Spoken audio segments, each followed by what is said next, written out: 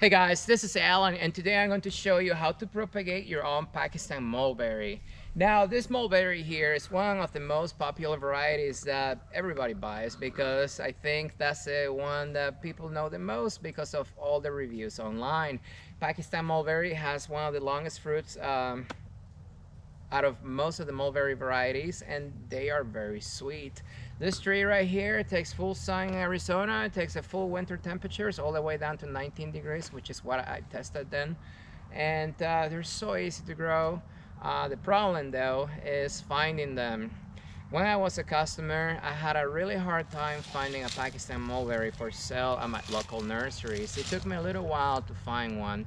Eventually I did, but it was not easy. So if you have a friend that has a mature tree, or if you can go online right now during the winter time when they're dormant, you can buy cuttings online and you can propagate your own mulberry trees.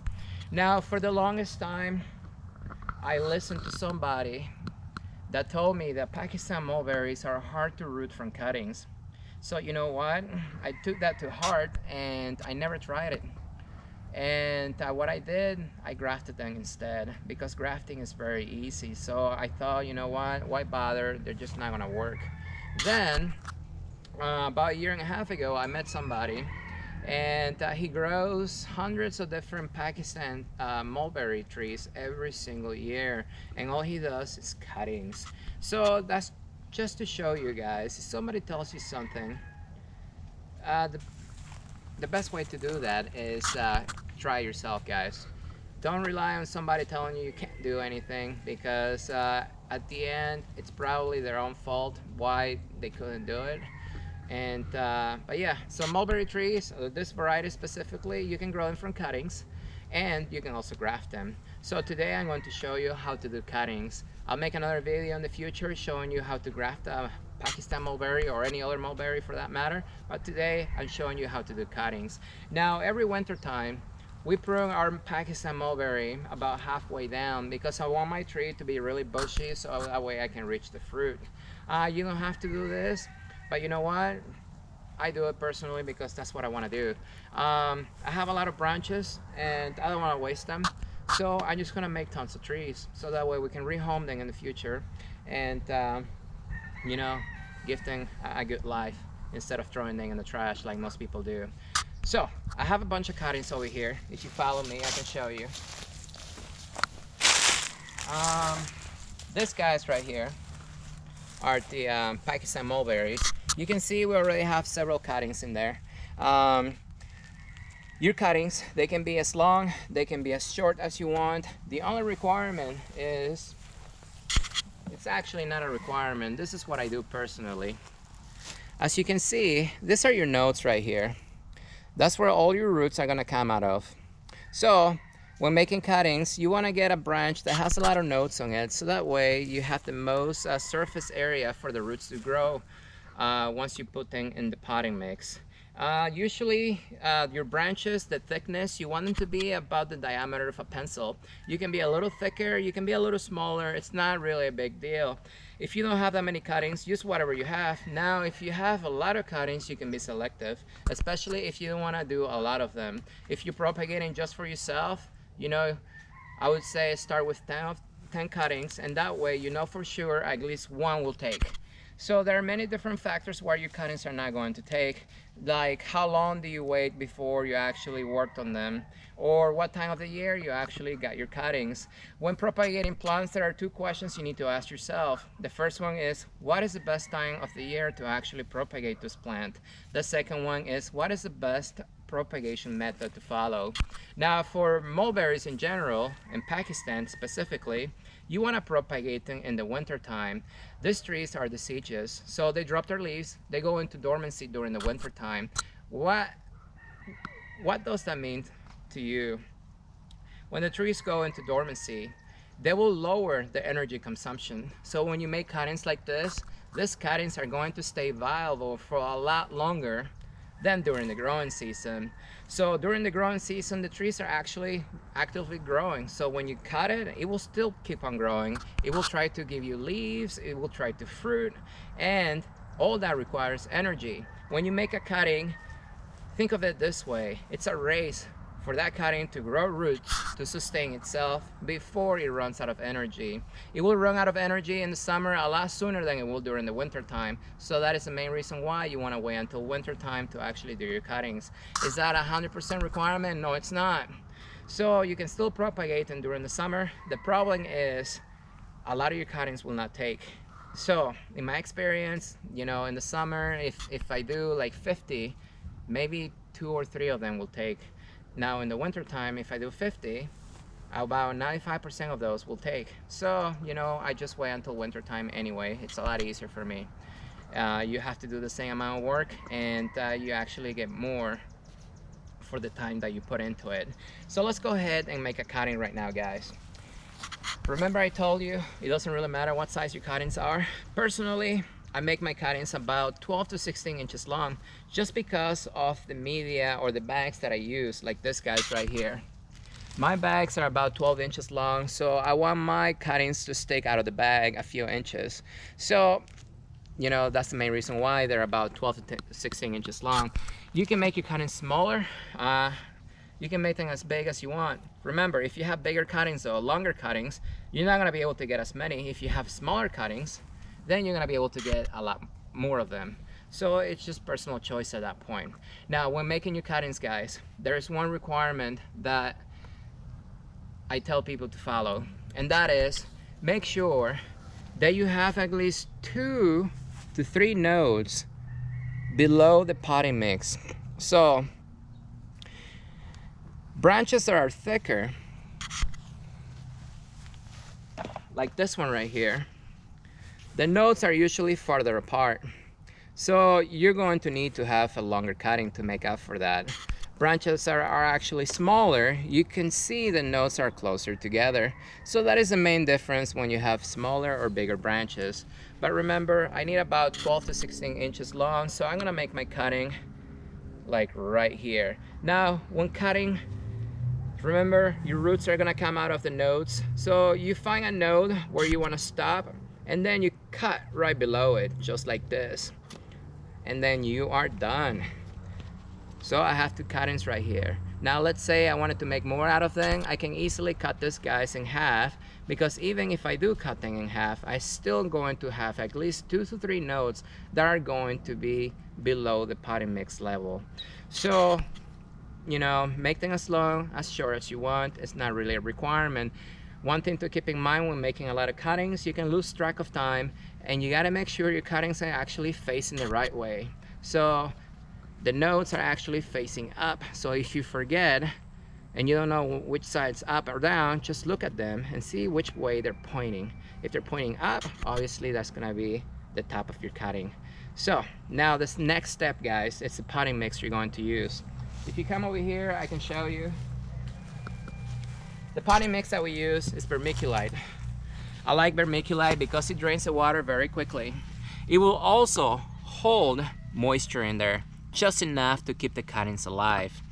Another benefit of Vermiculite is a lot of bugs, bacteria, and fungus. They don't like Vermiculite. All that stuff, they require organic sources like potting soil, actual soil, or compost to survive. And that stuff is not really good for your cuttings, because they usually will contaminate your cuttings. You may get mold a lot easier, and then you will get a lot of fungus gnats as well if you use organic sources. If you don't have anything else to use and you don't want to spend any money, you can still use organic sources like dirt or compost, but you have to sterilize it. You have to kill all the pathogens in it.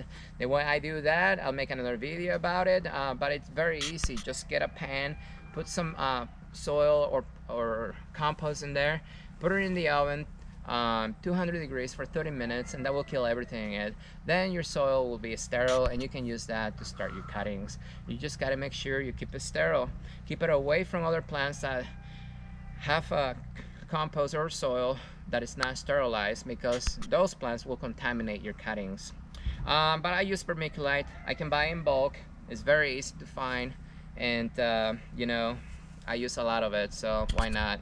You can also use perlite. You can go 100% perlite too, but you got to make sure the perlite chunks are actually smaller so they can hold some water.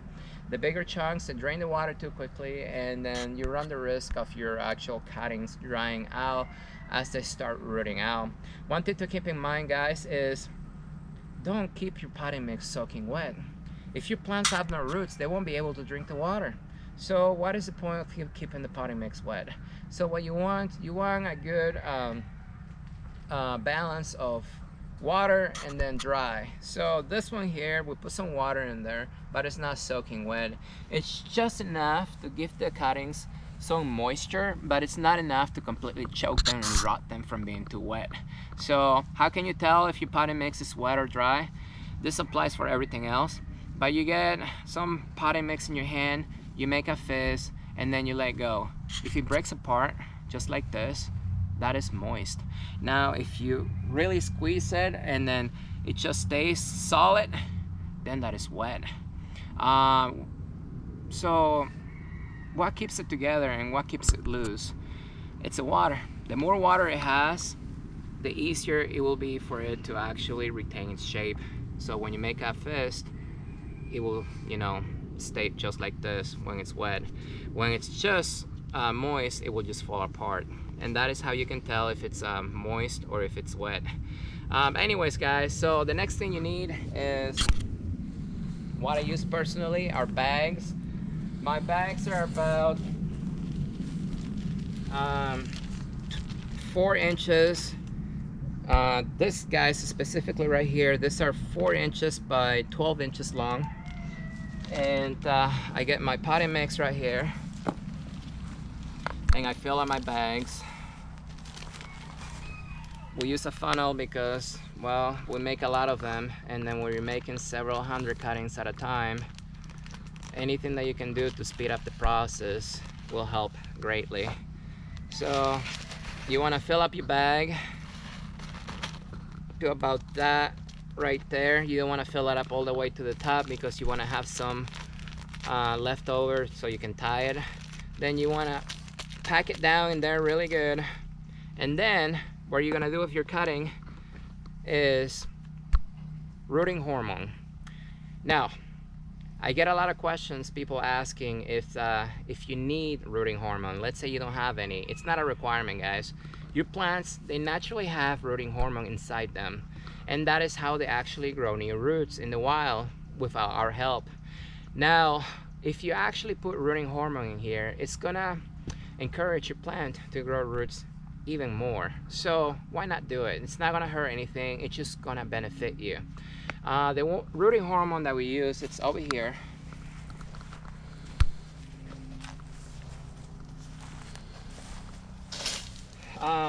We use Dip and Grow. This is not any better than any other brands. This is liquid because we have a lot of cuttings, so we make a lot of solution to make, you know, to do the cuttings. So that's the main reason why we buy the liquid form. You can get powder, you can get gel, you can get anything. Whatever you have, it's fine. It doesn't really have to be expensive. It doesn't really have to be, you know, not anything special. So most of them have the same active ingredient, and don't overthink it. You can use whatever you have. If you don't have anything, just go ahead and do it anyway. Your plants will still root. You may not get as many cuttings to take as you would if you actually, you know, if you didn't use it. But if you only have a few cuttings, or if it's a tree that you really want to grow, and you don't want to fail, and you want to have the best chances that you can to get that cutting to root, then go ahead and use some rooting hormone. So I mix my solution right here. Depending on the brand and the concentration that you make, just follow the directions. And before I put it in there, I like to score the bark just quickly to expose the cambium layer. The cambium layer is going to be the green layer underneath the bark. That is like the circulatory system of your plant, where it actually moves the nutrients up and down the tree. So I like to score it just to expose that, and then I put it in the cup just like this, about 3 to 5 seconds, and then you're done. Then you shake it up, and then you're gonna put it in your bag. So I just stick it in there and work it down the bag all the way down to the bottom. And I'm gonna put a little more dirt in there. Not dirt, but potting mix. You know what I mean. So let's see. There we go. I usually leave about 1 inch to 2 inches. I stop 1 inch to 2 inches from the bottom so the roots can actually grow into the area. And then the next step you're gonna do is you're just gonna tie your bag.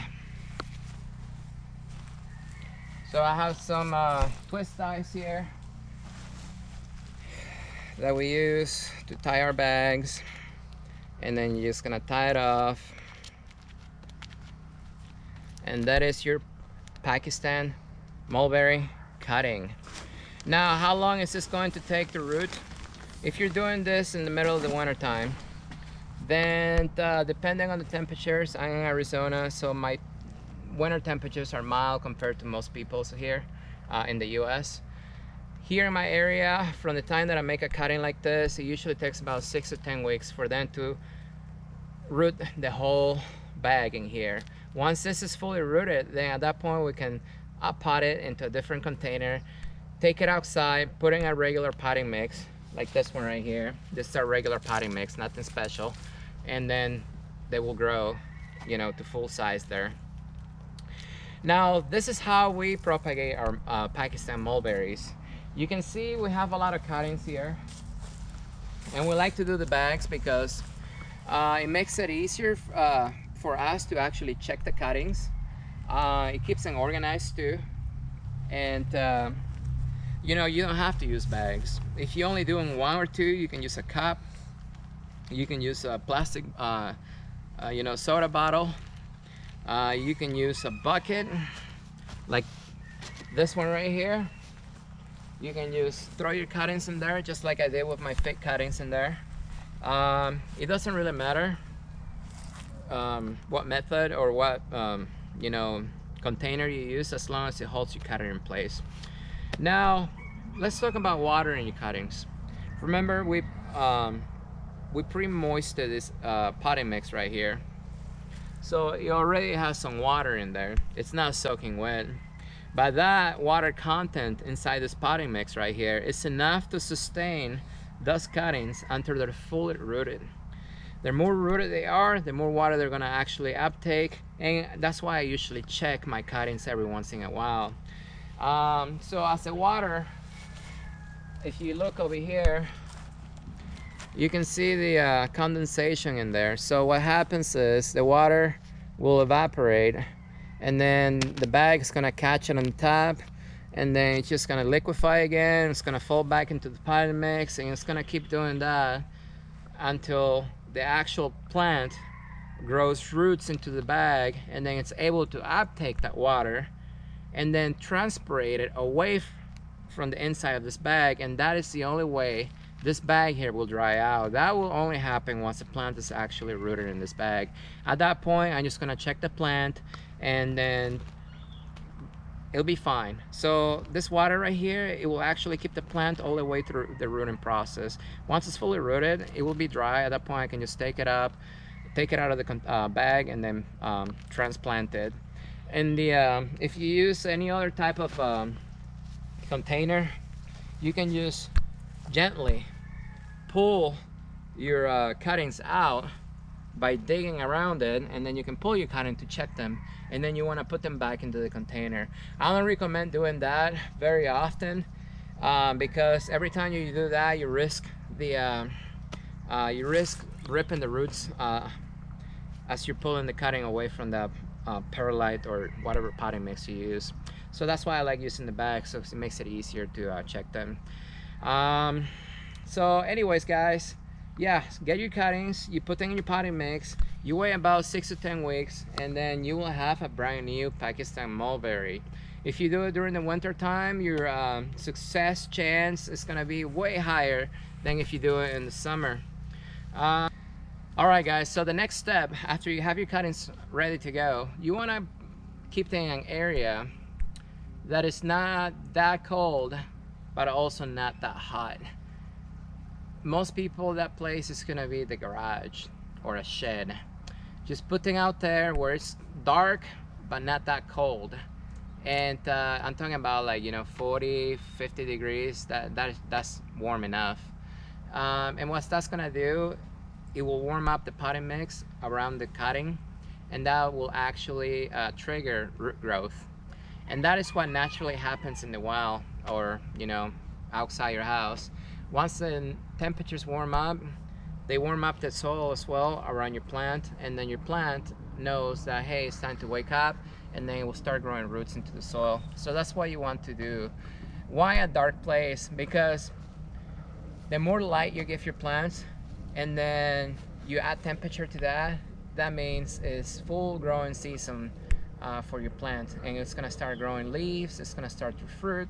So by keeping the ambient light darker, it will prevent your plant from actually growing leaves and fruiting, but the soil will be warmer, and that will actually trigger root growth without the foliage. The problem that you have with mulberry varieties, or a lot of them, or varieties that are actually harder to root from cuttings, they will try to grow leaves and even fruit before they actually grow roots.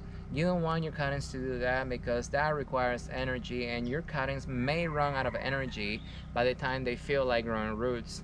So that's why you want to keep it in an area that is dark, but also you don't want it to be that cold, so that way you can trigger the cuttings to start rooting. So bring it in the garage, and then I would say from the time that you actually make your cuttings, give them about a month, 4 weeks, and then you can go ahead and check them.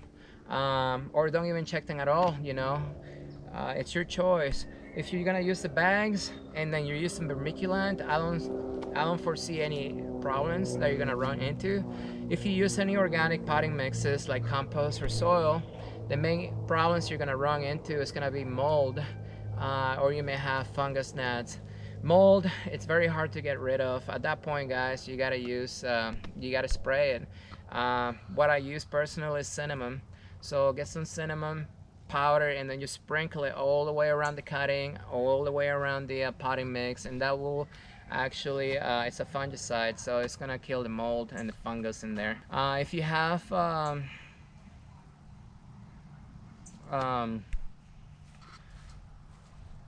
fungus gnats, then the best way to get rid of them is gonna be by doing the same thing, but you want to keep your potting mix on the drier side. You want to let it dry out, and once you have them, it's very hard to get rid of them, guys. So that's the reason why I don't recommend using organic potting mixes. Stick with the inorganic potting mixes like perlite or vermiculite, and you shouldn't have any fungus gnats. Fungus gnats usually, if you bring the cuttings inside your house in your living area where you have the heater running, then that's going to encourage the fungus gnats. And what they do is they lay their eggs in the potting mix, they hatch, and then they eat the cambium layer of your cuttings. You don't want that to happen, because then they will kill your cuttings. That was the main problem that I had when I was propagating cuttings a few years ago, and I didn't know what I was doing. So I lost hundreds and hundreds of cuttings because of the fungus gnats. So that's why I switched to vermiculite. And that is about it, guys. So yeah, just get your cuttings during the winter time. You can make them as long, as short as you want. Just make sure you have a few nodes that are gonna go below the potting mix, and then give your cuttings, you can use any media. You can put it in a bucket, you can use the bag method, you can use a cup, whatever you want to use, doesn't matter. Give them about 6 to 10 weeks to grow roots, and then once you see a lot of roots growing, then you can go ahead and pot them. After you take them, after they're ready to be transplanted or repotted, obviously you're gonna have to acclimate them. Once these guys are fully rooted, I'm gonna make another video explaining the next step, and explaining in more details what to do. But for now, I think that covers everything, guys. Just remember, don't get fixated on the rooting hormone. You can use anything. You can use a liquid, powder, you can use a gel. Don't worry about the brand. Just buy whatever it's affordable to you. and then use it. If you don't have anything, then don't use anything. Just don't expect all your cuttings to take. So if you're not gonna use any rooting hormone, I suggest to do a lot more cuttings. I would say 3 to 5 times as many as you thought you were gonna do the first time. But anyways, guys, if you have any questions, let me know, and then comment below, subscribe, and I'll see you next time.